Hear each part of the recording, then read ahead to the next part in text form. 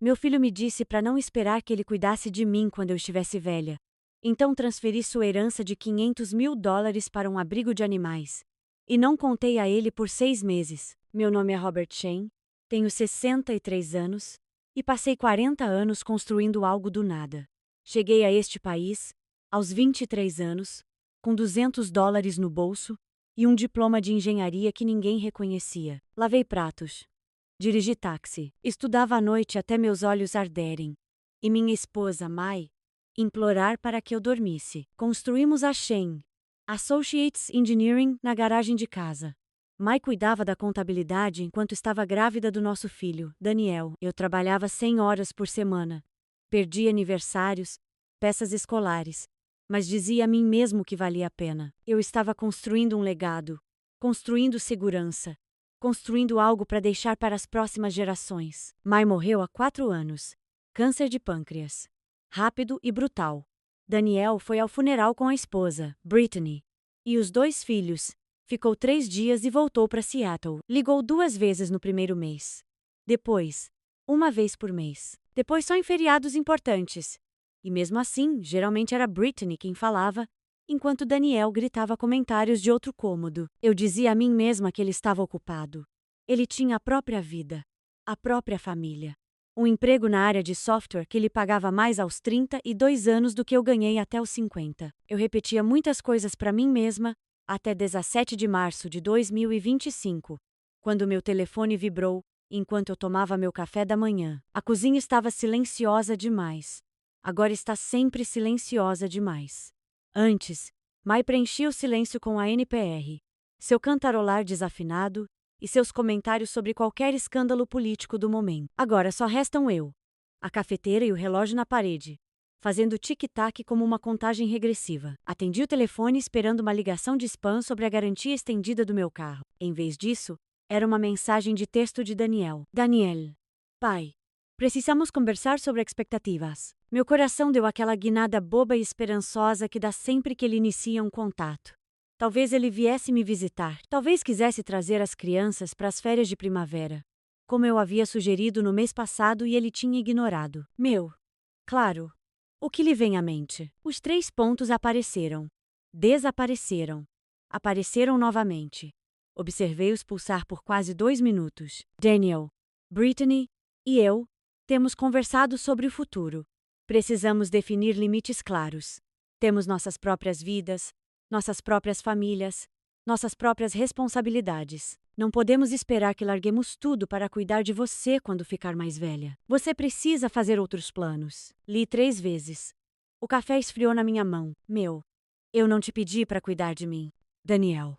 Ainda não. Mas os pais da Brittany já estão falando em morar com a irmã dela quando se aposentarem. E isso está causando muita confusão. Não vamos fazer isso. Estamos estabelecendo limites agora, para que não haja confusão mais tarde. Encarei a mensagem. A palavra limites, como se fosse algo que ele tivesse aprendido em terapia ou lido em um livro de autoajuda. A palavra confusão, como se eu já fosse um problema a ser administrado. Daniel, tenho 63 anos e gozo de boa saúde. Não estou pedindo para morar com você. Daniel, ótimo, porque isso não vai acontecer. Moramos em uma casa com 3 quartos, e as crianças precisam do espaço delas. Além disso, a Brittany trabalha em casa e precisa de silêncio. Vocês precisarão considerar uma residência assistida, um lar de idosos ou algo do tipo quando chegar a hora. Obviamente, iremos visitá-los, mas não podemos nos responsabilizar por vocês. Minhas mãos começaram a tremer. Coloquei o telefone no jogo americano da Mai, aquele com os girassóis desbotados que eu não consegui guardar. 40 anos. Trabalhei 40 anos. Paguei os estudos do Daniel em escola particular, no MIT, no mestrado, sem dívidas. Comprei o primeiro carro dele. Fui fiador do primeiro apartamento dele. Dei a ele $50.000 para o casamento, que os pais da Brittany igualaram, transformando tudo numa espécie de competição da qual eu nem sabia que fazia parte. Quando Mai ficou doente, Daniel a visitou 2 vezes. Uma vez quando recebemos o diagnóstico, outra vez para o funeral. Ele não veio durante os 7 meses entre essas visitas, período em que eu estava conciliando os cuidados paliativos, o trabalho E tentando descobrir como cozinhar para uma pessoa só, falhando miseravelmente em tudo. Eu dizia a mim mesma que ele estava ocupado, que Seattle era longe, que ele tinha sua própria família para cuidar. Atende o telefone novamente. Meu. Isso é porque eu perguntei se você poderia vir para o meu aniversário no mês que vem? Daniel. Pai, qual é? Você faz isso toda vez. Você me faz sentir culpada por ter minha própria vida. Meu aniversário é dia 15 de abril. Estou planejando isso há meses. As crianças têm aula. A Brittany tem uma conferência de trabalho. Não podemos simplesmente atravessar o país de avião toda vez que você quer companhia. 15 de abril. Meu aniversário.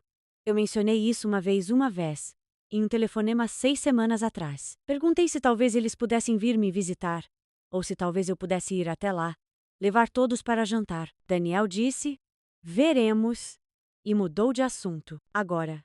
Aparentemente, aquele simples pedido se transformou em assédio. Meu. Não estou tentando te fazer sentir culpado. Só achei que seria bom ver meus netos. Daniel. Viu? É exatamente disso que estou falando. Você está me fazendo parecer o vilão porque eu tenho responsabilidades. Brittany diz que essa é uma tática clássica de manipulação. Brittany diz. Tudo era, Brittany diz, agora. Brittany, que vinha de família rica, cujos pais se aposentaram aos 55 anos e foram morar na casa deles no lago. Brittany, que me disse no casamento deles que estava tão inspirada pela minha história de sucesso de imigrante, como se eu fosse um pôster motivacional, em vez de uma pessoa. Meu, não estou tentando te manipular. Só estou tentando entender. Fiz algo errado? Os pontos apareceram e desapareceram 3 vezes. Então, Daniel, você está sendo dramático. Ah, estou apenas sendo honesto. Ah, sobre limites. Você deveria apreciar isso em vez de fazer disso uma questão pessoal. Sentei-me à mesa da cozinha, aquela que eu e Mai compramos num leilão de bens, de uma propriedade há 30 anos, aquela que tínhamos restaurado juntas enquanto eu estava grávida de Daniel. Mai me dava instruções detalhadas, e eu fingia que sabia o que estava fazendo, e senti algo se abrir no meu peito. Não é o meu coração que está se partindo. Ele já estava partido quando Mai morreu. E Daniel não veio, não ligou, a não ser para perguntar se ela tinha deixado um testamento, se havia coisas para resolver. Isto era diferente. Era o som de ilusões se despedaçando. Não respondi. Coloquei meu celular com a tela virada para baixo sobre a mesa e fiquei olhando para o jogo americano de girassóis até que o padrão ficasse borrado. Naquela tarde, fiz algo que não fazia desde a morte de Mai. Fui ao escritório dela. Mantivemos tudo exatamente como ela deixou. Sua escrivaninha, com um caos organizado de recibos, post-its e fotos do Daniel em todas as fases da vida. Seu arquivo com 40 anos de registros financeiros.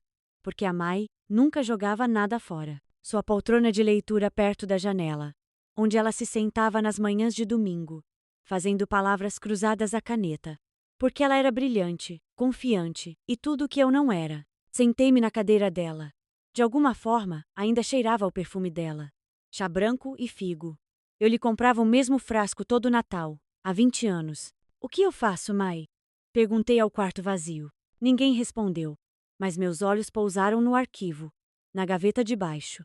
Aquela com a etiqueta Planejamento Sucessório. Mai me fez prometer que atualizaria tudo depois que ela morresse. Eu não atualizei. Não consegui encarar. O seguro de vida tinha pago. Os negócios estavam prosperando, tudo estava em ordem. Exceto por uma coisa. O fundo fiduciário. Tínhamos criado um fundo fiduciário para a herança de Daniel quando ele nasceu. Começamos com o S. 10 mil e fomos aumentando o valor todo ano. Quando o negócio realmente decolou, o fundo já tinha atingido um valor considerável. Quando Mai faleceu, o fundo valia o S. 380 mil. Nos 4 anos seguintes, com investimentos criteriosos e minhas próprias contribuições, ele cresceu para o S. 512 mil. Mais de $500 mil, depositados em um fundo fiduciário, em nome de Daniel. A transferência será feita quando eu falecer ou quando ele completar 40 anos. O que ocorrer primeiro? Daqui a 8 anos, Daniel receberá $500 mil. Independentemente de me visitar ou não.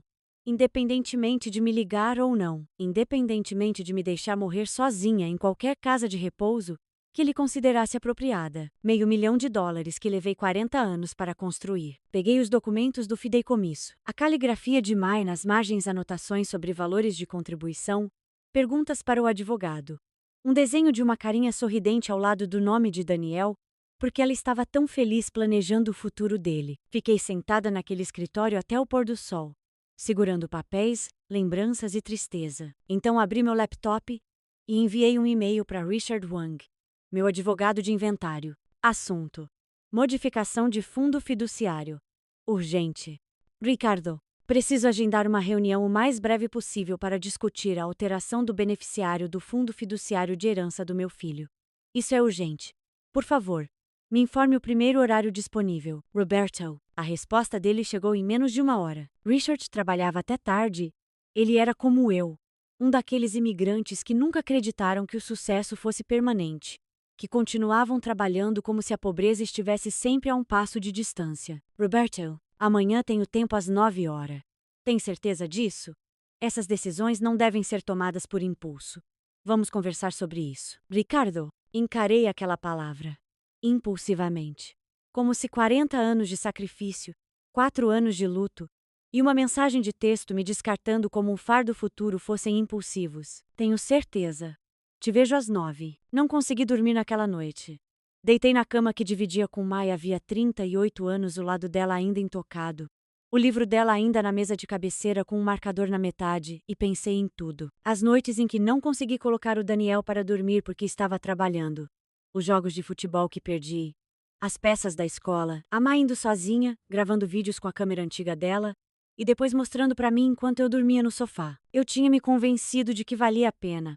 Eu estava provendo. Construindo segurança. Garantindo que Daniel nunca passaria pelas dificuldades que eu passei. E eu tinha conseguido. Daniel nunca teve dificuldades.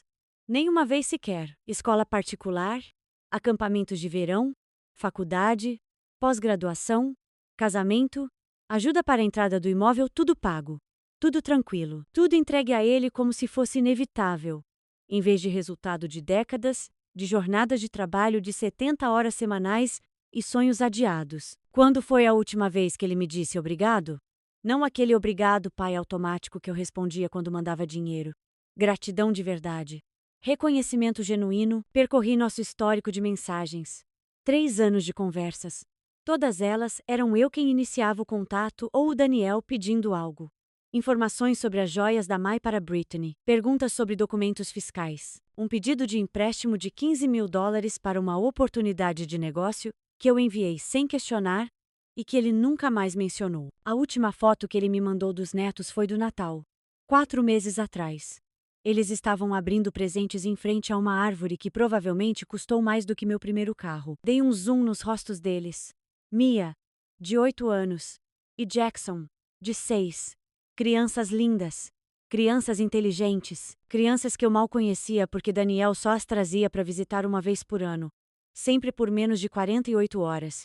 Sempre com uma desculpa para não poderem ficar mais tempo. Às 3 da manhã, levantei e voltei ao escritório de Mai. Peguei os álbuns de fotos, os de verdade. Os livros físicos que Mai insistia em fazer mesmo depois de tudo ter se tornado digital. Daniel aos 3 anos, coberto de lama, sorrindo para a câmera. Daniel aos 7, segurando seu troféu de primeiro lugar na feira de ciências. Daniel aos 12, carrancudo e irritado, com algo que eu não conseguia me lembrar. Daniel aos 18, com a carta de aceitação da faculdade na mão, olhando para a câmera como se o mundo lhe devesse tudo. Quando foi que isso mudou? Quando foi que meu filho deixou de ser aquele bebê coberto de lama para se tornar um homem que mandava mensagens sobre limites e acordos como se eu fosse um problema a ser resolvido? Ou será que eu estava simplesmente ocupado demais, trabalhando para perceber? Encontrei uma foto do casamento do Daniel. Eu num smoking alugado que não me servia direito. A Mai no vestido azul que ela tanto amava, já magra por causa do câncer que ainda nem sabíamos que ela tinha. O Daniel e a Brittany parecendo capa de revista. Os pais da Brittany com ar de ricos, confortáveis e à vontade. E eu, parada na beirada da foto como se fosse um detalhe esquecido. Fechei o álbum. Às 9 horas em ponto, entrei no escritório de Richard Huang, no centro da cidade. O mesmo prédio onde Mai e eu tínhamos aberto nossa primeira conta comercial, onde havíamos assinado os documentos que constituíam a Chen Associates, onde havíamos planejado nosso futuro com otimismo, ingenuidade e esperança. Richard estava à espera com café, e uma expressão preocupada. Conhecíamos-nos há 25 anos. Ele tinha estado no funeral da Mai. Ligou-me 2 vezes depois para saber como eu estava. O que era o dobro do que o meu filho tinha feito. Robert, disse ele cuidadosamente. Diga-me o que está acontecendo. Peguei meu celular e mostrei a ele as mensagens de Daniel. Observei sua expressão mudar de preocupação para compreensão. E, por fim, para algo próximo da raiva. Ele disse isso? Perguntou Richard em voz baixa. Seu filho disse isso para você? Ele está estabelecendo limites, eu disse. E percebi a amargura na minha própria voz. Sendo honesto sobre as expectativas. Ele está sendo cruel. Ele está sendo prático. Ele tem a própria vida. A própria família. Por que ele deveria ser responsável por mim? Porque é isso que significa família. Porque você passou a vida inteira cuidando dele. Porque você é o pai dele. Richard pousou a xícara de café. Robert, vou ser franco. Se você alterar esse testamento agora, com raiva, pode se arrepender depois. Essas decisões são difíceis de desfazer. Não estou com raiva, eu disse. E não estava. Eu estava com uma expressão mais fria. Algo mais lúcido. Estou aceitando a realidade. Daniel deixou bem claro que não faço parte dos planos dele para o futuro. Então, estou fazendo os meus próprios planos. Para onde você quer que o dinheiro seja destinado? Pensei nisso a noite toda. Considerei instituições de caridade, bolsas de estudo, causas pelas quais mais se importava. Mas uma em particular não me saía da cabeça. O Santuário Animal Evergreen, eu disse. O abrigo para cães, na Rota 9. Richard piscou. O abrigo para cães. Mai e eu costumávamos ser voluntárias lá. Antes de Daniel nascer, quando éramos jovens e tínhamos tempo, ela adorava aqueles cachorros. Dizia que eles mereciam alguém para lutar por eles, já que não podiam lutar por si mesmos. Encarei-o. $500.000 poderia fazer muita diferença para aqueles cachorros que ninguém quer. Richard ficou em silêncio por um longo momento. Então, assentiu com a cabeça e pegou a papelada. Passamos 2 horas, revisando tudo, alterando beneficiários, atualizando documentos, tornando tudo legal, vinculativo e irreversível. Sem meu consentimento explícito, quando terminamos, Richard me acompanhou até a porta. Você vai contar para ele? Perguntou. Eventualmente, eu disse. Quando chegar a hora certa. E quando será isso? Refleti sobre o texto de Daniel. Sobre limites, expectativas e acordos. Quando ele perguntar, eu disse: saí para o sol de março me sentindo mais leve do que nos últimos 4 anos. Talvez mais leve do que nos últimos 40. Passei a vida inteira construindo algo para deixar como legado. Agora, eu o deixaria para criaturas que jamais me mandariam mensagens sobre limites. Que jamais me diriam que eu estava sendo dramática. Que simplesmente abanariam o rabo e seriam gratas por uma segunda chance. Parecia certo de um jeito que nada tinha parecido certo desde a morte de Mai. Parei para almoçar em uma lanchonete, algo que eu nunca fazia. Sempre muito ocupada, sempre com pressa, e pedi uma torta. Torta de maçã com sorvete, a favorita da Mai. Meu celular vibrou. Era uma mensagem do Daniel. Daniel. Ei, você pode me enviar as informações da apólice de seguro de vida da sua mãe? A Brittany quer atualizar nossa cobertura e precisa ver o que vocês tinham. Não era como vai você? Nem estive pensando na nossa conversa.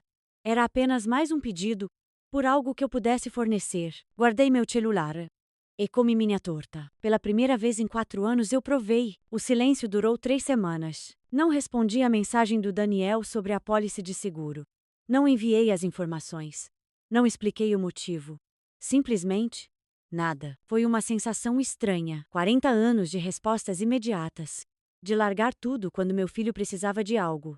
E agora eu estava comendo torta de maçã em uma lanchonete, enquanto a mensagem dele permanecia sem resposta. Meu telefone vibrou mais 2 vezes nos dias seguintes. Daniel. Pai? Você recebeu minha mensagem sobre as informações do seguro? Daniel. Olá? Observei as mensagens chegarem. Senti aquele velho e familiar impulso, a vontade de me desculpar, de explicar, de amenizar a situação. Mas continuei pensando em suas palavras. Não podemos nos responsabilizar por você. Você precisa providenciar outra solução. Então eu estava fazendo os preparativos. Só que não eram os que ele esperava. No dia 3 de abril fiz algo que não fazia há anos. Liguei para meu velho amigo Vincent Park. Vincent e eu Tínhamos chegado no mesmo barco, não literalmente, mas quase. Nos conhecemos nas aulas de inglês na faculdade comunitária em 1983. Ele entrou para o ramo de restaurantes, enquanto eu segui engenharia. Mantivemos uma relação próxima ao longo das décadas. Nossas esposas eram amigas.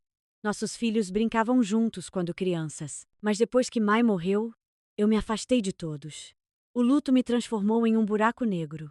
Vincent me convidou para jantares, para jogar golfe, para as festas de aniversário da neta dele. Eu disse não a tudo. Robert? Sua voz era surpresa, mas calorosa. É você mesmo, ou estou falando com um fantasma? Sou eu. Me desculpe por ter estado... Pare. Você não se desculpa por estar triste. Mas fico feliz que tenha ligado. A Helen estava dizendo semana passada que ia aparecer na sua casa com bolinhos de massa e não ia embora até você falar com ela. Helen, esposa de Vincent por 42 anos. Ela trouxe comida depois do funeral de Mai. Ligou toda semana durante 6 meses. Até eu parar de atender. Gostaria de levar você e Helen para jantar, eu disse. Se vocês estiverem livres. Estamos livres. Quando? Essa noite. Silêncio. Então. Robert, você está bem? Estou tentando descobrir, eu disse. Mas eu realmente gostaria de ver vocês dois. Nos encontramos no Golden Dragon, o restaurante chinês onde Vincent e eu havíamos comemorado todas as nossas principais conquistas ao longo de 40 anos. Os primeiros sucessos nos negócios, as formaturas dos filhos, aniversários. O último aniversário de Mai antes do diagnóstico, quando ela insistiu em pedir comida demais e mandar todo mundo para casa com sobras. Helen olhou para mim e caiu no choro. Depois me abraçou tão forte que eu não conseguia respirar. Você está com uma aparência terrível, disse ela. O que significava que eu estava com uma aparência melhor do que antes. Quando a dor está te consumindo por dentro, estar terrível já é uma melhora. Pedimos comida de mais um velho hábito, talvez em homenagem à memória de Mai, e para a entrada, conversamos sobre assuntos banais. A expansão do restaurante de Vincent. O novo hobby de cerâmica de Helen, as cartas de aceitação do neto na faculdade. Então Helen largou os pauzinhos e olhou diretamente para mim. Certo, o que aconteceu? Eu tinha me esquecido de como ela fazia isso. Cortava a conversa afiada como uma faca na manteiga. Peguei meu celular e mostrei a eles as mensagens de Daniel. Observei a expressão em seus rostos mudar enquanto liam. Aquele pirralho, disse Helen baixinho. Vincent colocou a mão no braço dela. Mas ela se afastou bruscamente. Não. Me desculpe, Robert. Mas aquele garoto precisa ouvir a verdade. Depois de tudo que você fez por ele. Helena, disse Vincent suavemente. Não me chame de Ellen. Mas ficaria arrasada. Completamente arrasada. Ela me olhou com um olhar feroz. O que você vai fazer? Então eu contei para eles. Sobre o fundo fiduciário. Sobre o santuário. Sobre o $500.000. Que Daniel nem sabia que já havia perdido. Vincent ficou em silêncio por um longo tempo. Então, ele sabe? Sobre o valor do fideicomisso? Mai contou para ele anos atrás, quando ele se formou na faculdade. Ela queria que ele entendesse o que estávamos construindo para ele. Ele disse que legal. E mudou de assunto para perguntar se nós assinaríamos o contrato de aluguel do apartamento dele em conjunto. Helen emitiu um som como de um animal ferido. E agora você revelou tudo. Para os cachorros, disse Vincent. E algo brilhou em sua expressão. Mai teria adorado isso. Ela teria feito isso. Concordei. Ela sempre dizia que os cachorros eram melhores que a maioria das pessoas. Eles não fingem te amar, enquanto calculam o seu valor. Ficamos refletindo sobre isso por um instante. O restaurante fervilhava ao nosso redor, famílias comemorando, casais em encontros românticos. A vida seguindo seu curso natural. Quando você vai contar para ele? Perguntou Helen. Não sei. Uma parte de mim quer contar para ele agora. Outra parte quer esperar até eu morrer e deixar que ele descubra pelo advogado. Isso é passivo-agressivo, disse Helen. Não é a sua cara. Talvez eu esteja mudando. Ótimo, disse ela com firmeza. Talvez já esteja na hora. Ao longo do mês seguinte, algo mudou. Comecei a dizer sim às coisas. O convite do Vincent para participar da liga de golfe dele. A aula de cerâmica da Helen. O clube do livro na biblioteca que se reunia às quintas-feiras à noite. Um turno de voluntariado no santuário de animais Evergreen, minha primeira vez. Lá desde que a Mai morreu. O santuário era exatamente como eu me lembrava. 20 acres de canis, áreas de recreação e esperança. Cães de todos os tamanhos e formatos, todos esperando que alguém os escolhesse. A diretora, uma mulher chamada Patricia Morrison, era nova desde a minha época. Ela tinha talvez 50 anos, cabelos com mechas grisalhas, olhos bondosos e mãos que se moviam constantemente acariciando, acalmando, confortando. Sr. Shen, disse ela quando me apresentei. Richard Huang me contou que o senhor fez uma doação incrivelmente generosa para a nossa expansão planejada. Não tenho palavras para lhe agradecer. Ainda não fiz isso, eu disse. Está em um fundo fiduciário. Para quando eu morrer. Seu rosto se fechou. Ah, desculpe, eu pensei. Mas eu gostaria de ajudar agora. Se vocês precisarem de voluntários. Sua expressão se transformou. Com certeza. Você pode começar no sábado? Comecei no sábado. E no sábado seguinte. E no outro depois desse. Os cachorros não se importavam que eu tivesse falhado como pai. Não se importavam que meu filho tivesse me descartado como um fardo futuro. Eles só se importavam que eu estivesse presente, que eu enchesse as tigelas de água, limpasse as casinhas e ficasse sentado com os assustados, até que parassem de tremer. Havia um pitbull chamado Bruno que estava lá havia 8 meses. Rosto cheio de cicatrizes, um olho só, dentes quebrados por sabe-se lá o quê. Todos passavam em frente ao seu canil, feio demais, machucado demais, com muita história. Eu sentava com ele todos os sábados. Não tentava acariciá-lo, apenas sentava. Na terceira semana ele já estava apoiando a cabeça no meu joelho. Na sexta semana, ele me seguia para todo lado. Esse cachorro traumatizado que tinha aprendido que humanos machucam, mas que mesmo assim estava disposto a tentar de novo. Ele está muito apegado a você, disse Patrícia, observando-nos. Nunca o vi confiar em ninguém assim. Talvez ele reconheça outro sobrevivente. Eu disse. Ela sorriu tristemente. Você vai adotá-lo? Olhei para Bruno, para seu rosto marcado por cicatrizes e seu olhar confiante. Para aquela criatura que havia sido descartada por alguém que deveria amá-la. Sim, eu disse. Acho que sim. Trouxe Bruno para casa num sábado, no início de maio. A casa parecia diferente com ele, menos vazia, mas com um propósito. No começo, ele estava assustado. Ficava perto das paredes. Se encolhia com barulhos altos. Mas ele aprendeu. Ele se adaptou. Ele começou a confiar. Criamos rotinas, caminhadas matinais, televisão à noite no sofá, com a cabeça dele no meu colo, passeios de fim de semana ao parque para cães, onde outros cães brincavam, e Bruno observava de uma distância cautelosa, ainda não pronto para participar. Tirei fotos e as enviei para Daniel. Conheçam o Bruno. Acabei de adotá-lo do abrigo. Passaram-se 3 dias. Então, Daniel. Legal. Ei, você pode me mandar as informações do seguro? A Brittany está ficando irritada porque eu vivo esquecendo. Não é parabéns pelo novo cachorro. Nem como vai, pai. É apenas mais um lembrete do que eu poderia oferecer. Olhei para Bruno, dormindo no raio de sol junto à janela. Esse cachorro, que havia sido espancado e abandonado, estava mais presente na minha vida do que meu próprio filho. Enviei as informações do seguro. Não acrescentei mais nada. Apenas os documentos, de forma fria e objetiva. Exatamente como Daniel me tratou. Sua resposta foi imediata. Obrigado. Uma palavra. 40 anos de paternidade. Uma palavra. Naquela noite, liguei para Richard Huang. Quero acrescentar algo ao meu testamento, eu disse. Uma carta. Para ser aberta por Daniel depois que eu partir. Robert? Preciso fazer isso, Richard. Preciso que ele saiba o porquê. Não agora, mas eventualmente. Ele precisa entender.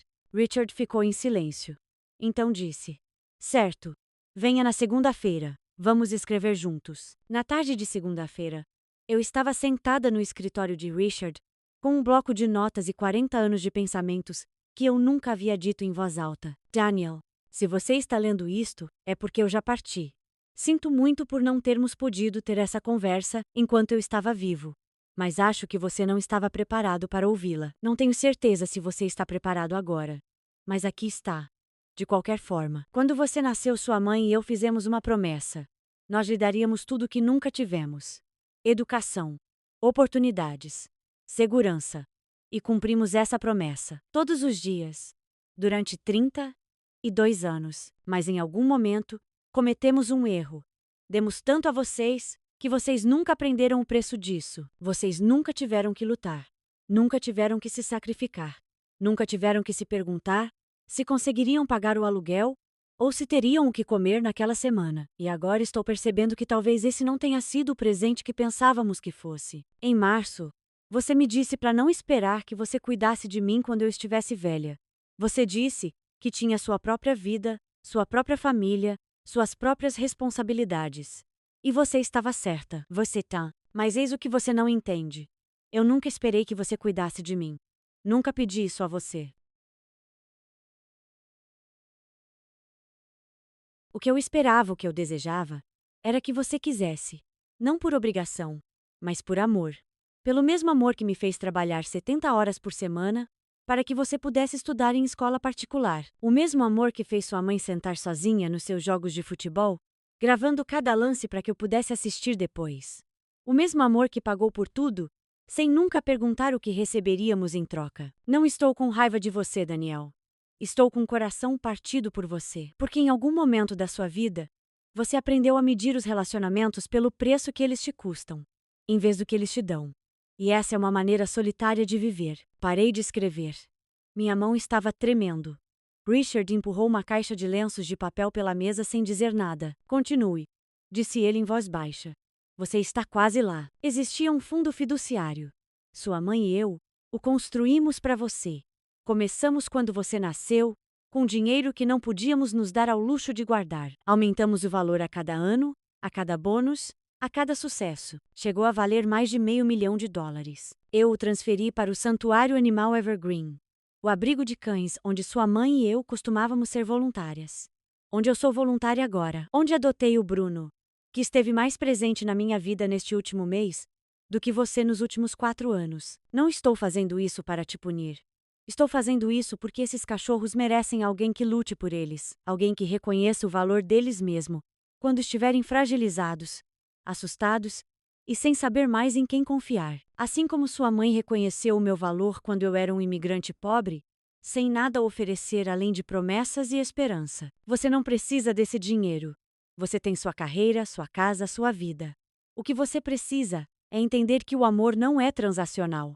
Que família não se resume a conveniência, limites e acordos. Que estar presente importa. Talvez um dia você entenda. Talvez quando seus filhos crescerem. E for você quem estiver mandando mensagens para eles, esperando respostas que não sejam monossilábicas. Talvez quando você tiver 63 anos, estiver sozinho e perceber que todo o dinheiro do mundo não pode comprar de volta o tempo que você não viveu. Eu te amo, Daniel. Sempre amarei. Mas cansei de esperar que você me ame também. Pai. Richard leu 2 vezes. Quando ergueu os olhos, eles estavam marejados. Isso é bom, Robert. Doloroso, mas bom. Tem certeza de que quer esperar até morrer para entregar isso a ele? Já não sei mais, admiti. Uma parte de mim quer que ele saiba agora. Outra parte de mim tem pavor de perdê-lo completamente. Você pode perdê-lo de qualquer maneira, disse Richard gentilmente. Mas pelo menos assim você está sendo honesta. Deixei a carta com Richard e dirigi até em casa, onde Bruno me recebeu como se eu tivesse estado fora por anos, em vez de horas. Esse cachorro, que havia sido abandonado, me amava mais abertamente do que meu próprio filho. Naquela noite tomei uma decisão. Peguei meu celular e iniciei uma conversa em grupo. Vincent, Helen e 3 outros amigos dos meus tempos de voluntária no santuário. Vou dar um churrasco neste sábado, às 14 horas, na minha casa. Por favor, venham. Estou cansado de ficar sozinho. As respostas vieram rapidamente. Vicente. Nós traremos a cerveja. Helena. Estou preparando meus bolinhos de massa. Sem discussões. Patrícia, diretora do santuário. Posso trazer meus cachorros? Só para avisar? Eu tenho 4. James, veterano voluntário. Finalmente. Estava esperando você voltar à vida. O sábado chegou com um tempo perfeito. Meu quintal, intocado desde a morte de Mai, de repente se encheu de gente, risadas e 4 cachorros muito animados, que imediatamente decidiram que Bruno era seu novo melhor amigo. Eu grelhei hambúrgueres. Os bolinhos da Ellen estavam perfeitos. Vincent contou piadas horríveis. Patrícia trouxe fotos dos planos de expansão do Santuário Novos Canis. Uma ala médica, um centro de treinamento. Tudo isso possível graças ao dinheiro do fundo fiduciário, que Daniel nem sabia que tinha perdido. Você está mudando vidas, disse ela, mostrando-me desenhos arquitetônicos. Esses cães terão um futuro graças a você. Olhei ao redor do meu quintal, para os amigos que eu havia afastado, para os cachorros brincando, para a vida acontecendo em um espaço que estivera morto por 4 anos. Acho que vão mudar a minha também, eu disse. Meu celular vibrou. Quase ignorei. Aí vi o nome, Daniel. Não era uma mensagem de texto. Era uma ligação. Um contato de voz real. Isso quase nunca acontecia. Afastando-me do barulho, entrei no jardim de Mai, que finalmente havia começado a cuidar novamente. Daniel? Pai. Sua voz estava tensa, irritada. Acabei de falar ao telefone com o primo da Brittany. Ele trabalha no santuário de animais Evergreen. Ele disse que você está fazendo trabalho voluntário lá. Que você adotou um cachorro. Sim, eu fiz. Bruno. Ele é maravilhoso. Ele também disse que você fez uma doação enorme, que vão dar o nome de uma ala em sua homenagem e da sua mãe. Meu coração começou a disparar. Como ele sabe disso? A Patrícia mencionou isso. Disse algo sobre um fundo fiduciário. Pai, que diabos está acontecendo? Chegou a hora. O momento que eu vinha evitando e para o qual me preparava. Eu podia mentir, podia desconversar, podia fazer o que sempre fazia, facilitar as coisas para ele. Em vez disso, eu disse a verdade. Alterei o beneficiário do seu fundo fiduciário de herança. Agora ele será destinado ao santuário. Silêncio. Um longo e terrível silêncio. O quê? Você me ouviu. A confiança que era para você. Agora vai para o brejo. Você está louco? Sua voz explodiu. Esse dinheiro é meu. Você e a mamãe que fizeram isso para mim. E eu sou o administrador fiduciário. Tenho permissão para alterar o beneficiário. Por que você está bravo por causa de uma mensagem? Porque eu estabeleci um limite? Isso é psicótico. Não se trata de uma mensagem, Daniel. Trata-se de 4 anos. Trata-se de você ter vindo me visitar 2 vezes quando sua mãe estava morrendo. Trata-se de você ligar apenas quando precisa de alguma coisa. Trata-se de você me dizer, para fazer arranjos, porque não quer se incomodar com seu pai idoso. Eu tenho minha própria vida. Eu sei que sim. E fico feliz por você. Mas eu também tenho os meus. E escolho investir meus recursos em seres que realmente valorizam a minha existência. Isso é por causa do cachorro? Você está escolhendo um cachorro em vez do seu próprio filho? Estou escolhendo vários cachorros. E a mim mesma. Pela primeira vez em 63 anos, estou me escolhendo. Eu conseguia ouvi-lo respirando com dificuldade. Então, Brittany tinha razão. Você é manipulador. Está tentando me controlar, ameaçando minha herança. Não estou ameaçando nada. Está feito. Os papéis estão assinados. Sua herança irá para cães que foram abandonados por pessoas que deveriam amá-los. Parece apropriado de alguma forma. Você não pode fazer isso. Vou processá-lo. Eu consigo fazer isso. O Richard confirmou que é completamente legal. Você pode contratar seu próprio advogado, mas vai acabar gastando mais dinheiro do que eu imaginava. Você é inacreditável. Depois de tudo que eu fiz por você... O quê? A palavra saiu seca. O que você fez por mim, Daniel? Estou perguntando de verdade. Porque do meu ponto de vista, isso tem sido uma via de mão única durante 40 anos. Eu fui seu filho. Nós deixamos você vir ao Natal. Sim. Você deixar-me ver passar o Natal uma vez por ano por menos de 48 horas. Devo ser grato por isso? Devo agradecer por você deixar? Eu verei meus netos? Isso é uma loucura. Não vou ter essa conversa. Sua voz mudou, ficou fria e corporativa. Volte atrás. A confiança. Volte atrás, ou acabou para mim. Terminou com o quê, Daniel? Você já terminou. Você mesmo me disse. Você não pode ser responsável por mim. Você tem a sua própria vida. Então viva a sua. Eu estou vivendo a minha. Estou falando sério. Se você devolver esse dinheiro, ou nunca mais verá Mia e Jackson, nunca conhecerá seus futuros netos. Você morrerá sozinho e nós nem iremos ao seu funeral. A ameaça pairava no ar. A mesma ameaça que Jéssica usara naquela outra história. Naquela outra família. Usar crianças como arma. Usar o amor como arma. Então acho que vou morrer sozinha, eu disse baixinho. Mas pelo menos vou morrer sabendo que me defendi. Você pode dizer o mesmo? E eu desliguei. Minha mão tremia tanto que deixei o telefone cair no vaso de alecrim da Mai. Bruno apareceu ao meu lado, encostado na minha perna, pressentindo desconforto, como os cães fazem. Sentei-me ali mesmo no jardim, na terra, e Bruno subiu no meu colo todos os seus 30 quilos. Aquele cachorro enorme e traumatizado que tinha decidido que eu merecia ser amada. Vincent me encontrou lá 10 minutos depois. Robert? Ouvimos gritos. Eu contei para ele, eu disse. Sobre a confiança. Ele ameaçou me cortar o contato completamente. Vincent sentou-se ao meu lado, sem se importar que suas calças bonitas ficassem sujas. E eu deixei. Olhei para meu amigo. Simplesmente deixei meu filho sair da minha vida. Que tipo de pai faz isso? O tipo de pessoa que finalmente aprendeu que não pode fazer alguém amar e esperar que o ame de volta. Vincent colocou a mão no meu ombro. Você fez a coisa certa. Então por que a sensação é de estar morrendo? Porque é isso mesmo. Você está deixando a fantasia morrer. O filho que você queria que ele fosse. Isso é uma morte, Robert. Você tem o direito de lamentar isso. Chorei no jardim da minha falecida esposa com meu melhor amigo e meu cachorro debilitado, enquanto meus outros amigos fingiam não notar e me davam privacidade, espaço e um tipo de amor que não exige nada em troca. Quando finalmente voltei para dentro, havia 17 chamadas perdidas de um número que eu não reconhecia. A mensagem na caixa postal era da Brittany. Sua voz era gélida. Robert. Isto é absolutamente inaceitável. Daniel está devastado. Devastado. Esse dinheiro era para a educação dos nossos filhos. Para o nosso futuro. Você está sendo egoísta e vingativo. E honestamente, estamos questionando sua sanidade mental. Se você não reverter isso imediatamente, não teremos outra escolha a não ser entrar com uma ação judicial e solicitar uma avaliação de sanidade mental. Você tem 48 horas. Eu salvei a mensagem de voz.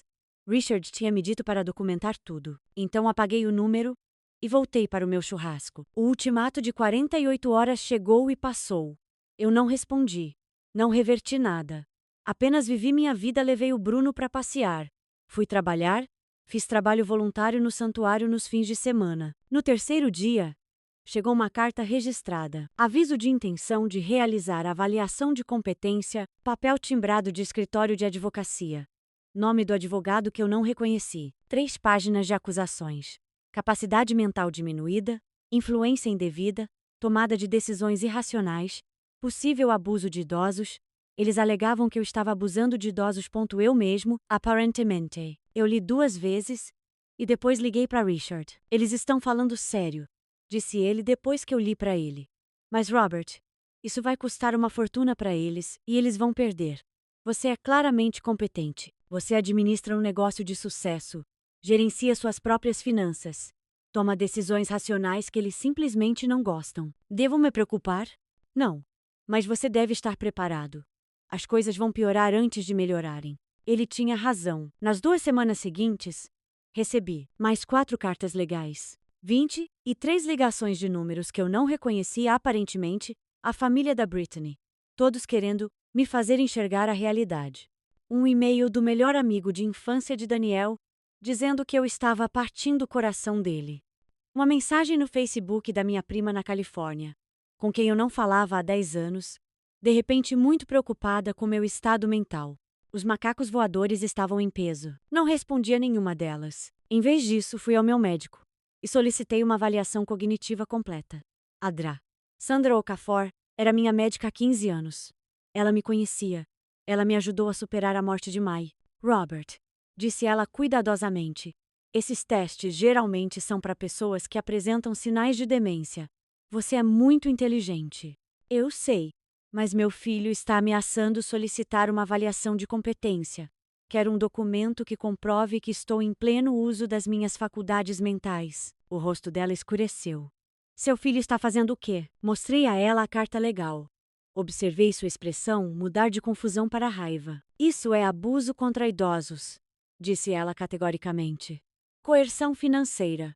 Farei a avaliação e documentarei que você é completamente capaz. Mas, Robert, também vou documentar que você está sofrendo abuso psicológico no âmbito familiar. Posso fazer isso? Sim, eu disse.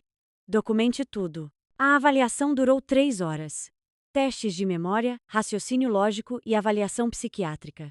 O Dr. Okafor foi minucioso, profissional e visivelmente irritado em meu nome. Quando terminamos, ela me entregou os resultados. Resumo da avaliação cognitiva. O paciente demonstra plena capacidade cognitiva, excelente memória, raciocínio lógico e bom senso. Não há indicadores de demência, capacidade reduzida ou comprometimento na tomada de decisões. O paciente é plenamente competente para administrar seus próprios assuntos e tomar decisões financeiras. Notas adicionais. O paciente relata conflito familiar significativo relacionado à sua decisão de redirecionar os fundos da herança. Essa decisão parece racional, bem ponderada e consistente com os valores declarados pelo paciente. O paciente apresenta sinais de depressão situacional relacionada ao afastamento familiar, mas está lidando com a situação adequadamente por meio de terapia e apoio social. Recomenda-se documentar esta avaliação em caso de futuras contestações judiciais. Guarde isso em um lugar seguro, disse o Dr. Okafor. E Robert, sinto muito que seu filho esteja fazendo você passar por isso. Eu também, respondi. Munido da documentação, enviei um e-mail ao advogado que havia enviado as cartas ameaçadoras. Segue em anexo a avaliação cognitiva do meu médico, que me acompanha há 15 anos, atestando minha plena capacidade mental. Quaisquer novas ameaças de avaliação de capacidade serão consideradas assédio e denunciadas à ordem dos advogados. A alteração do fideicomisso é legal, definitiva e irreversível. Correspondências futuras devem ser encaminhadas ao meu advogado, Richard Wang. Enviei uma cópia para Richard. Cliquei em enviar e não senti nada. Nem raiva, nem satisfação.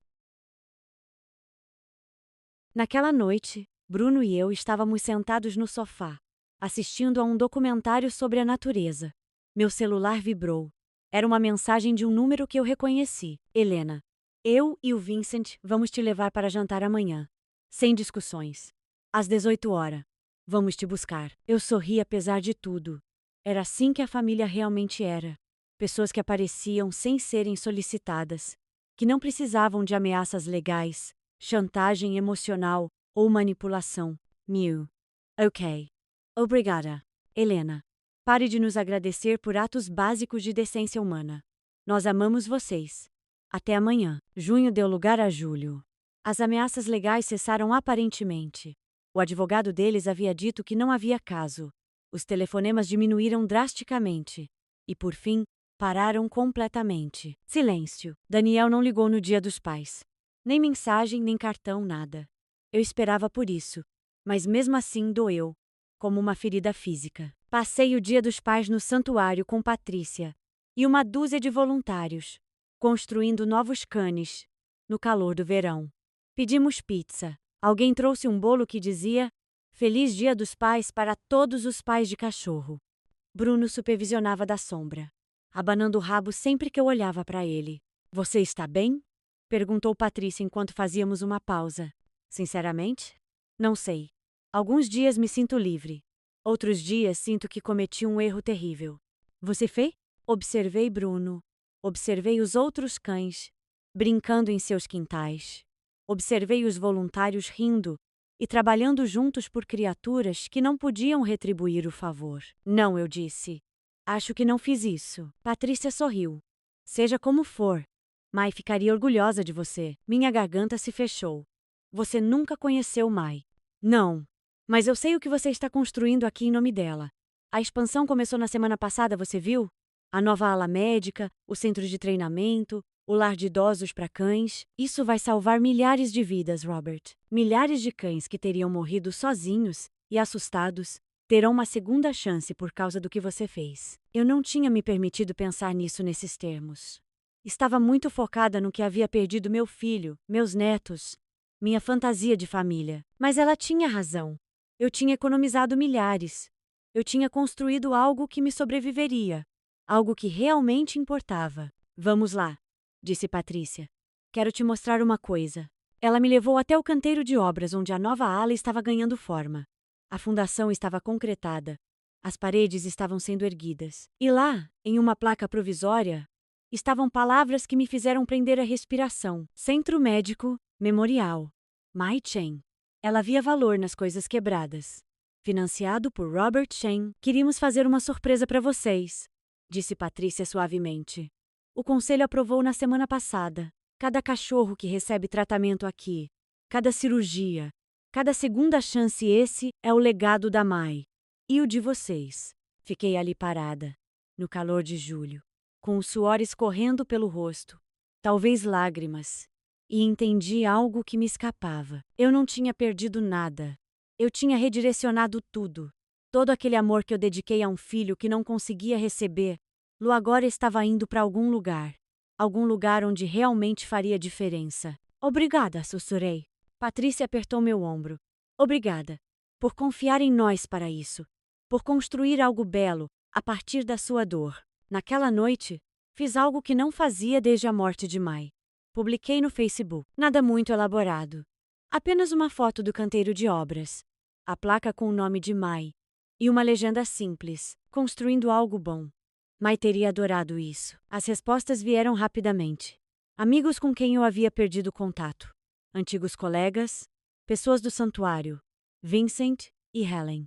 Pessoas que realmente se importavam. E perdido nos comentários, de um nome que quase não reconheci, Meredith Chen. Amiga de faculdade de Daniel. Isto é lindo, Sr. Chen. Sinto muito por tudo. O senhor merecia algo melhor. Cliquei no perfil dela. Ela estava casada agora, tinha filhos. E tinha feito um comentário público, que Daniel veria se estivesse assistindo. Ela havia escolhido um lado. E não era o dele. Agosto marcou meu aniversário de 64 anos. Não mencionei isso a ninguém. Não esperava nada e planejava passar. Lu tranquilamente com Bruno. Em vez disso, acordei com Vincent e Ellen à minha porta com balões e um bolo caseiro. De jeito nenhum, disse Ellen quando tentei protestar. Você não vai passar seu aniversário sozinha. Vista-se. Vamos te levar para sair. Eles me levaram até Evergreen. O estacionamento estava lotado, algo incomum para uma quarta-feira de manhã. O que está acontecendo? Perguntei. Você veut ver? Disse Vincent sorrindo. Lá dentro, a sala principal estava lotada de gente. Voluntários, funcionários, membros do conselho e cachorros, muitos cachorros, todos usando bandanas. Patrícia estava na frente com um microfone. Surpresa! Gritaram todos. O que é isto? Perguntei, perplexo. Esta, disse Patrícia, é a sua festa de aniversário e a inauguração oficial do Centro Médico Memorial Mai Chen. Antecipamos o cronograma para que você pudesse cortar a fita hoje. Eu estava chorando. Nem tentei disfarçar. Eles fizeram uma faixa. Feliz aniversário, Robert. Obrigado por nos dar um futuro. Todos os cães do santuário deixaram sua marca com a impressão de uma pata. Caminhamos até o novo prédio concluído antes do prazo, reluzente e perfeito. O nome de Mai, gravado em pedra acima da entrada. Eles me entregaram uma tesoura. Alguém começou a bater palmas. Bruno se pressionou contra minha perna. Sólido e real. Cortei a fita e observei-a cair. Esse símbolo de novos começos. Segundas chances e amor que não era transacional. Discurso! Gritou alguém. Eu nunca fui bom em discursos. Mas tentei. Minha esposa Mai costumava dizer que a medida de uma pessoa não era o que ela acumulava, mas o que ela doava. Ela estava falando sobre tempo, sobre presença, sobre estar presente para as pessoas que precisavam de você. Minha voz embargou. Passei muitos anos dando a alguém que não queria o que eu estava oferecendo. E estou aprendendo agora que, às vezes, a coisa mais amorosa que você pode fazer é redirecionar essa energia, para colocá-la em algum lugar onde ela possa realmente crescer. Olhei para todos aqueles rostos, pessoas que se tornaram família sem que eu percebesse. Pessoas que simplesmente apareceram. Obrigada. Eu disse simplesmente. Por enxergar valor nas coisas quebradas. Inclusive em mim. Os aplausos foram ensurdecedores. Bruno deu uma gargalhada estrondosa. Todos riram. Passamos a tarde visitando as novas instalações. Centro cirúrgico de última geração. Salas de recuperação com piso aquecido. Uma ala de cuidados paliativos para cães idosos que passarão seus últimos dias com conforto, em vez de em abrigos frios. Este quarto, disse Patrícia, mostrando-me um espaço ensolarado com camas para cães e janelas. É para aqueles que ninguém quer. Os velhos, os doentes, os que não serão adotados. Eles viverão aqui, com dignidade, pelo tempo que precisarem. Tal como Bruno era, eu disse. Como Bruno era. Como todos nós somos às vezes. Naquela noite, Helen e Vincent me levaram para jantar. No Golden Dragon de novo, o nosso restaurante. Bom aniversário? Perguntou Vincent. O melhor dos últimos 5 anos. Eu disse sinceramente. Meu celular vibrou. Número desconhecido. Quase ignorei, mas algo me fez olhar. Um texto. Uma linha. Feliz aniversário, vovô. Estou com saudades. Mia. Meu coração parou. Mia. 8 anos. Filha do Daniel. Minha neta que eu tinha visto apenas 3 vezes no último ano. Obrigada, meu amor. Também estou com saudades. 3 pontos apareceram. Desapareceram. Apareceram novamente. Papai disse que você está brava com ele. Encarei a mensagem. Como eu deveria ter reagido? Como eu deveria explicar um conflito de adultos para uma criança? Não estou zangado. Às vezes, os adultos precisam de espaço para resolver as coisas. Ele disse que você deu o dinheiro da minha faculdade para cachorros. Era isso mesmo. Daniel estava a influenciá-la. Contra mim. Usando-a como mensageira. As mesmas táticas de sempre. Doei algum dinheiro para ajudar cães sem família. Você tem uma família que te ama. Os cães precisavam mais disso. Longa pausa. Então, faz sentido. Cachorros são legais. Estou usando o celular da mamãe. Preciso ir. Eu te amo, Mia. Também te amo. A conversa terminou. Mostrei para Vincent e Ellen. Ele tá usando as crianças agora, disse Helen, enojada. Claro que sim, disse Vincent. É tudo o que lhe resta. Mas a Mia entendeu, eu disse, relendo as mensagens. Ela tem 8 anos e entendeu melhor do que o pai dela. As crianças geralmente fazem isso, disse Ellen suavemente. Elas ainda não aprenderam a ser egoístas. Setembro chegou com um clima mais frio e notícias inesperadas. Richard me ligou no trabalho. Robert, você precisa se sentar. O que aconteceu? Daniel entrou com um processo. Ele está processando você para reaver o dinheiro do fundo fiduciário. Alega influência indevida, capacidade mental reduzida e quebra de dever fiduciário. Sentei-me à minha mesa e os projetos de engenharia à minha frente se transformaram em um amontoado de ininteligíveis. Ele consegue fazer isso. Ele pode tentar. Vai perder, temos toda a documentação. A avaliação cognitiva. Tudo, mas vai ser caro, desagradável e público. Deixe ele processar, eu disse, surpreendendo a mim mesma. Deixe ele processar. Deixe-te de ouvir à tona. Cansei de me esconder. Robert, não. Passei a vida inteira facilitando as coisas para ele, amenizando as coisas, protegendo das consequências. Se ele quer fazer isso, que faça, que todos vejam exatamente quem ele é. Richard ficou em silêncio. Então, certo. Mas vamos lutar com todas as nossas forças. E vamos vencer. O processo judicial foi notícia local. Uma notícia pequena, mas aconteceu. Engenheiro local processado pelo filho por causa de fundo fiduciário de US. 500 mil redirecionado para santuário de animais. A sessão de comentários explodiu. Metade das pessoas achava que eu era um velho vingativo. A outra metade achava que Daniel era um pirralho mimado.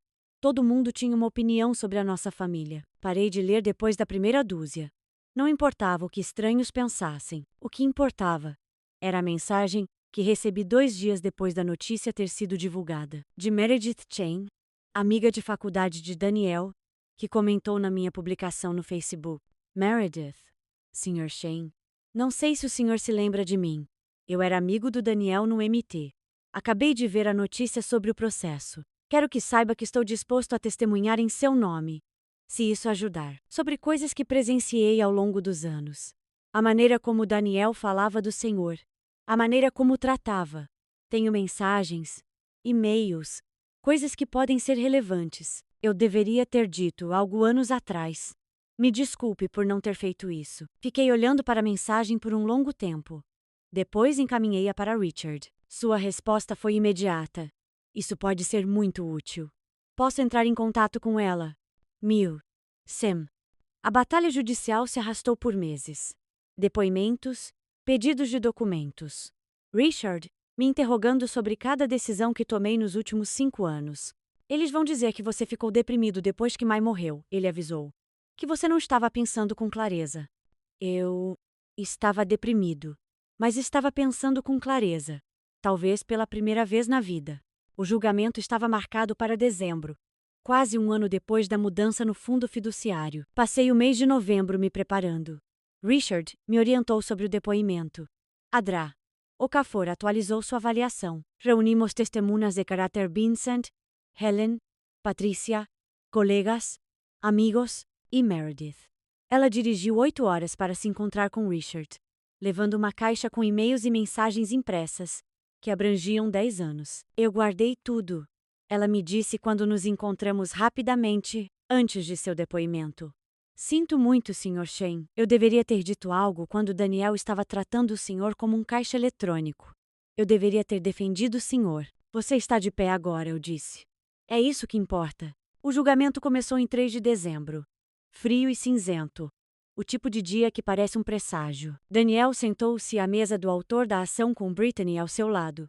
Ambos internos caros. Ambos com uma aparência confiante e íntegra. Ele não olhou para mim. Nem uma vez. O advogado dele falou primeiro. Me retratou como um viúvo enlutado que havia perdido a cabeça, que fora manipulado pelo santuário de animais, a ponto de abrir mão da herança que lhe pertencia por direito. O Sr. Shane estava deprimido, disse o advogado. Isolado. Sem pensar racionalmente. Ele tomou uma decisão por raiva da qual se arrependerá pelo resto da vida. Então foi a vez de Richard. Ele chamou primeiro Adra. Okafor. Ela testemunhou sobre a avaliação cognitiva, sobre meu estado mental, sobre o fato de eu ser plenamente competente e ter sido durante todo o processo. Na sua opinião profissional? Perguntou Richard. O Sr. Shane era capaz de tomar decisões financeiras sensatas em março de 2025? Com certeza. Ele estava de luto, sim. Mas luto não significa incompetência. Ele foi racional, ponderado e teve clareza em seu raciocínio. O advogado de Daniel tentou desestabilizá-la. Durante o interrogatório, ela não cedeu. Em seguida, Patrícia testemunhou sobre meu trabalho voluntário, meu envolvimento com o santuário e meu claro entendimento de para onde o dinheiro estava sendo destinado. O Sr. Shane sabia exatamente o que estava fazendo, disse ela. Ele queria construir algo significativo. Queria honrar a memória de sua esposa. Isso não foi impulsivo. Foi intencional. Então Meredith subiu ao estrado. Ela estava nervosa. Não parava de mexer as mãos. Mas quando Richard pediu que ela descrevesse o relacionamento de Daniel comigo, sua voz se tornou firme. Daniel falava do pai como se ele fosse uma fonte de renda, disse ela. Como um caixa eletrônico. Ele reclamava das ligações, das visitas do pai. Fazia piadas sobre o fundo fiduciário. Sobre como estava só esperando o pagamento. Quando a mãe dele ficou doente, ele estava mais preocupado com a herança do que com ela. Objeção. O advogado de Daniel se levantou de um salto. Boato. Eu tenho e-mails, disse Meredith calmamente. Daniel me enviou. Você gostaria que eu os lesse? Oh, juiz permitiu. Meredith mostrou e-mails impressos. Esta mensagem é de abril de 2021. Um mês após o funeral de Mai. Daniel escreveu. Finalmente consegui resolver o seguro de vida. US. 400 mil. Mais a casa. Mais empresa. Mais o fundo fiduciário. Meu pai está com a vida ganha. O que significa que eu estou seguro quando ele morrer. Talvez valha a pena o sofrimento de lidar com as ligações dele de luto. O tribunal ficou em silêncio. Observei o rosto de Daniel ficar vermelho. E esta aqui, continuou Meredith, é de dezembro passado. Depois do incidente de carro com a irmã dele, quer dizer. Depois de outro conflito familiar, Daniel escreveu. Estou impondo limites ao meu pai. Se ele quer um relacionamento, ele que o conquiste. Cansei de ser pressionado a visitá-lo. Que ele deixe o dinheiro para caridade se quiser eu simplesmente o processo e alego incapacidade mental. Vittoria Fazia. Richard deixou isso no ar. Ele disse que processaria e alegaria incapacidade mental? Sim.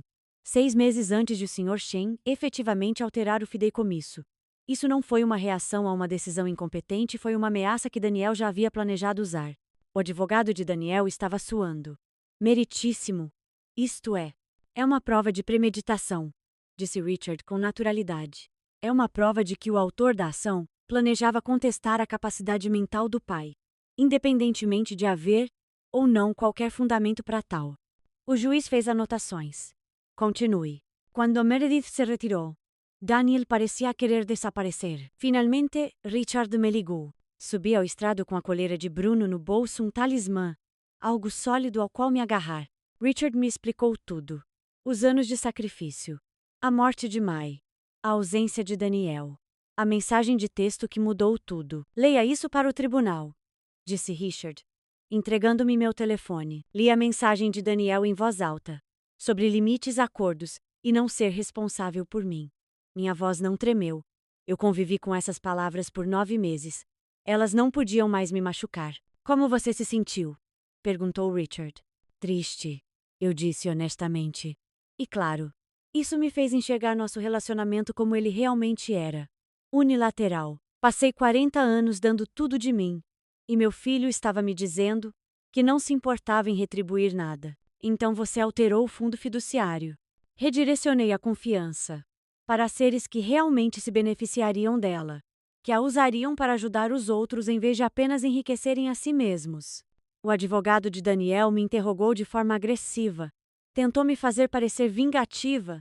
Insinuou que eu estava punindo Daniel por estabelecer limites saudáveis. Sr. Chen, não é verdade que o senhor alterou esse fideicomisso porque estava com raiva?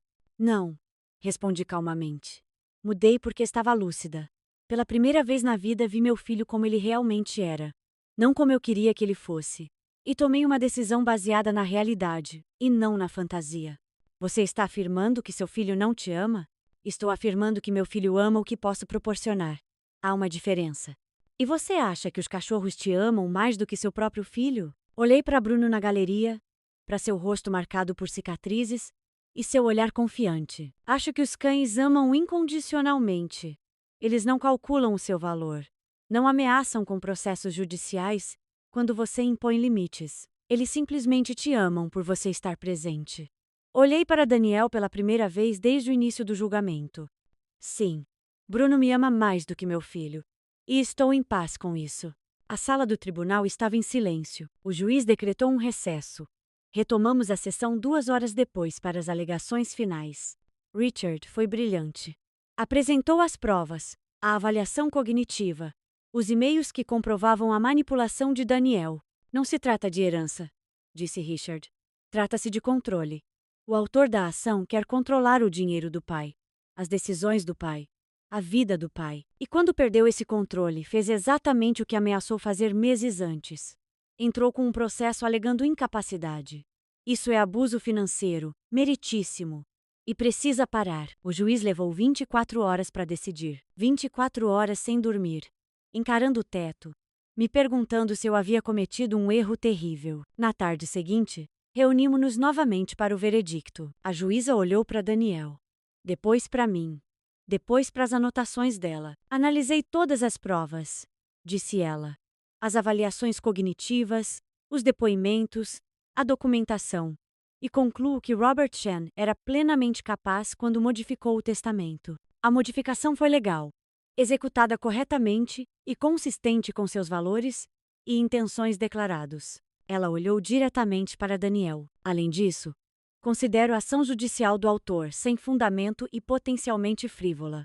As evidências sugerem que o Sr. Daniel Chen ameaçou com essa mesma ação judicial meses antes de ela ocorrer, como forma de controlar as decisões financeiras de seu pai. Este tribunal não vê com bons olhos o uso indevido do sistema legal por filhos para manipular pais idosos. Idoso? Quase ri. Eu tinha 64 anos. O processo é extinto com resolução de mérito. A modificação do testamento do Sr. Robert Chen permanece inalterada. Além disso, estou condenando o autor ao pagamento das custas judiciais do réu. Este caso foi um desperdício de tempo e recursos do tribunal. Richard apertou meu ombro. Patrícia estava chorando na galeria. Vincent e Helen estavam se abraçando. Daniel se levantou, com o rosto vermelho, e saiu sem dizer uma palavra. Brittany o seguiu, seus saltos clicando no piso de mármore como tiros. Sentei-me ali no tribunal silencioso e não senti nada. Nem triunfo, nem vindicação. Apenas exaustão e tristeza pelo relacionamento que havia morrido muito antes deste julgamento. Robert, disse Richard suavemente. Você, venceu. Perdi? Perguntei. Perdi, meu filho. Você perdeu alguém que não estava se comportando como seu filho. corrigiu Richard. Há uma diferença. Do lado de fora do tribunal, um pequeno grupo esperava. Vincent e Helen. Patrícia com 3 membros do conselho do santuário. Dr. Okafor. Meredith. James, dos velhos tempos de voluntariado. E uma câmera de notícias. Sr. Shane, chamou o repórter. Como o senhor se sente em relação ao veredicto? Quase passei direto. Aí parei. Sinto-me triste, disse sinceramente. Nunca quis que chegasse a este ponto. Queria ter uma relação com meu filho, mas aprendi que não se pode obrigar as pessoas a amarem-nos. Só podemos decidir o que estamos dispostos a aceitar. Você tem alguma mensagem para o seu filho? Pensei nisso. Em tudo o que eu queria dizer.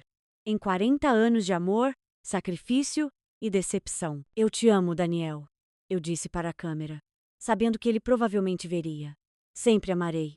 Mas chega de me sacrificar para te manter aquecido. Quando você estiver pronto para se apresentar como um filho em vez de um credor, você sabe onde me encontrar. Eu me afastei das câmeras, do tribunal, de todo aquele espetáculo repugnante. Bruno estava esperando no carro de Vincent. Ele explodiu de alegria ao me ver, como se eu tivesse estado fora por anos. Esse cachorro abandonado e desamparado me amou com mais sinceridade do que meu próprio filho jamais amou. E sabe de uma coisa? Tudo bem, 6 meses depois. Junho de 2026. Estou sentada no meu quintal com Bruno, dormindo aos meus pés. Tomates crescendo na horta da Mai. E a vida seguindo seu curso natural. A expansão do santuário está concluída. O Centro Médico Memorial Mai Shen tratou mais de 300 cães. Vidas que teriam sido perdidas foram salvas. Uma segunda chance foi dada a criaturas que ninguém queria. Sou voluntária todos os sábados. Às vezes, Helen vem comigo. Às vezes, Vincent traz o neto, ensinando-lhe as mesmas lições de compaixão que eu não consegui ensinar ao meu próprio filho. Estou namorando. Mais ou menos. Uma mulher chamada Susan, que conheci no evento beneficente do santuário. Ela também é viúva. Entende o luto. E não precisa que eu seja nada além de mim mesmo. Meu negócio está prosperando. Promovi minha assistente à sócia, algo que eu deveria ter feito anos atrás. Estou trabalhando menos e vivendo mais. Não tenho notícias do Daniel desde o julgamento. Nenhuma ligação, nenhuma mensagem, nenhum cartão de aniversário. Mas recebi notícias da Mia. Às vezes ela me manda desenhos, enviados pelo correio em envelopes com sua caligrafia cuidadosa. Desenhos de cachorros e jardins. E um que dizia: "Sinto sua falta, vovô", em giz de cera. Guardo-as no escritório da Mai, numa pasta especial. Prova de que o amor existe mesmo, em lugares destroçados. Na semana passada, recebi um e-mail de um endereço desconhecido. Assunto: Obrigado, Sr. Chen. Você não me conhece, mas meu nome é David Park. Sou o diretor de Serviços Comunitários Asiático-Americanos. Li sobre o seu caso no noticiário, sobre como você escolheu a si mesma depois de anos, dando tudo para alguém que não valorizava isso. Estou escrevendo porque sua história me deu permissão para fazer o mesmo. Sustentei minha filha adulta financeiramente por 12 anos, enquanto ela me tratava como lixo. Depois de ler sobre você, parei. Estabeleci limites. Ela ameaçou, chorou, tentou de tudo. Mas me mantive firme. Ela voltou 6 meses depois. E até pediu desculpas. Estamos reconstruindo nosso relacionamento agora, em termos mais saudáveis. E isso só aconteceu porque aprendi com você que amor não significa martírio. Obrigada por ter tido a coragem de escolher a si mesma. Você mudou mais vidas do que imagina. David. Li aquele e-mail 3 vezes. Mostrei para Susan, para Vincent e para Richard. Viu? Disse Richard. Você venceu. Só que não do jeito que esperava. Ele tinha razão. Não recuperei meu filho.